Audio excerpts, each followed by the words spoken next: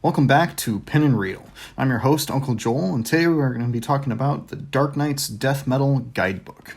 Now, this book apparently came out a couple of weeks ago, and for some reason was not a part of my subscription on Comixology. See, I get all of my comics digitally because I don't have a local comic book store that is near enough for me to justify driving out there. I think the nearest one to where I live is like a 45-minute drive in good traffic. So I subscribed to the Death Metal event, and it seemed to include all of the tie-ins, probably excluding the Justice League tie-in, but somehow it missed this one. But anyways, I stumbled upon it, and I figured better late than never.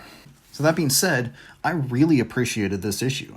I know I said that the Trinity Crisis issue was probably the best issue, but now after reading this one, I think Trinity Crisis has a bit of competition. The thing that I like about this issue is this is far more a prequel to Dark Knight's Death Metal.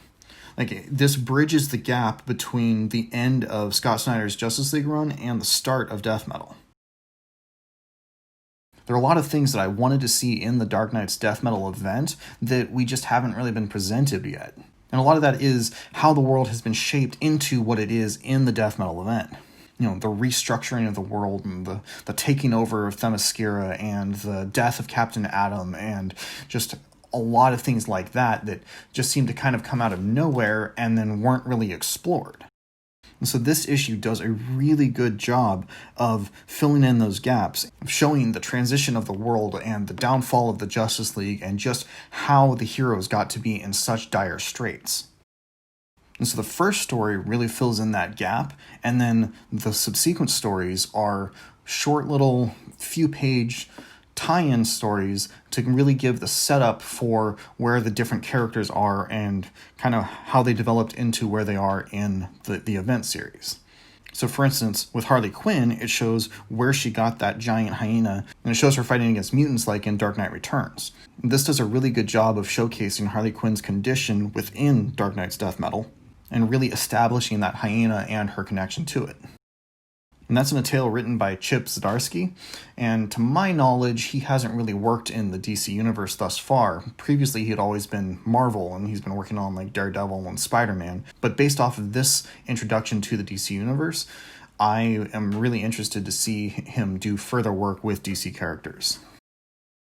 And then from there, we shift over to Aquaman, and we see this very interesting and unique tale of him dealing with this almost like specter-like being who is kind of haunting the oceans, but also not really attacking or causing any specific mayhem.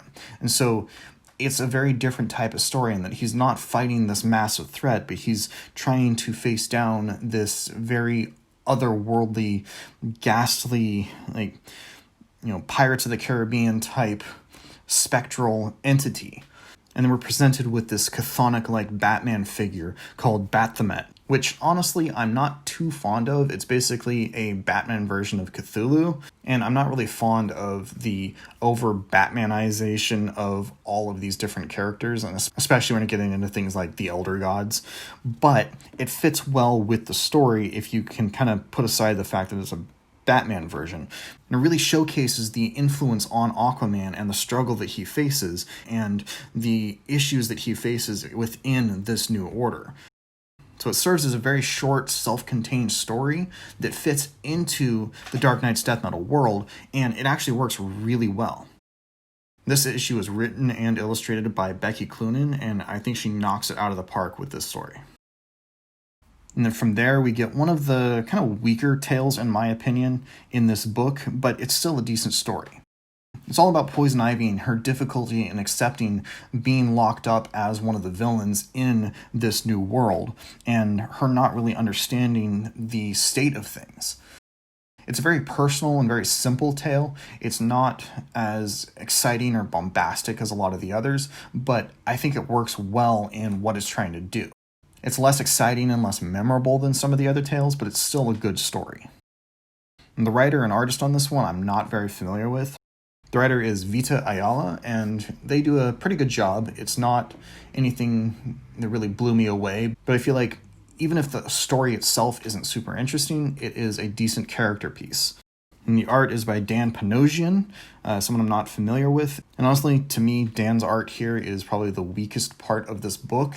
It's not bad, but it's really not to my liking. And honestly, a lot of that might be the color palette. It's very soft and subdued by Luis Guerrero. But overall, it's not bad art. It's just not really to my liking.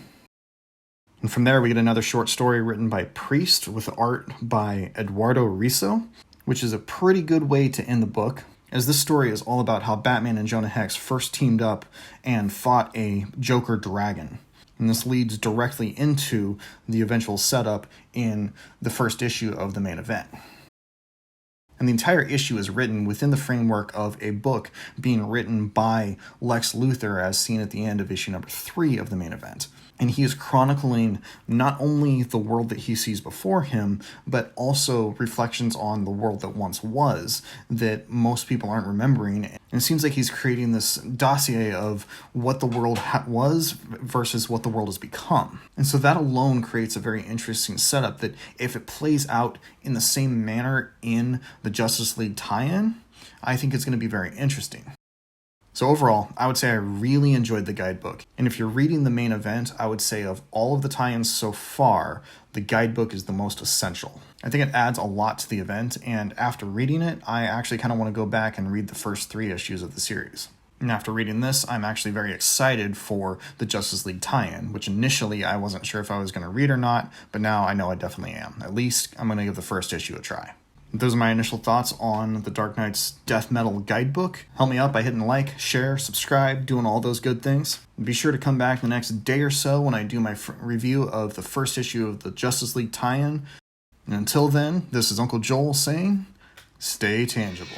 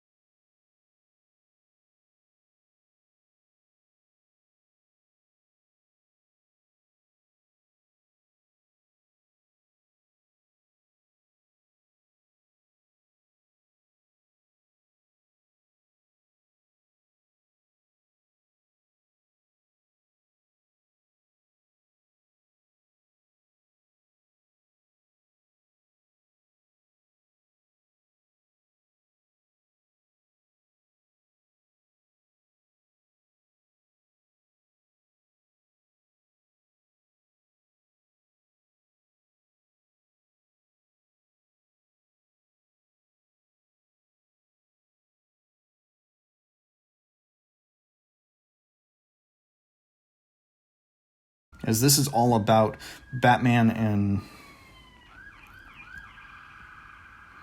As this story is all about how Batman and Jonah Hex first teamed up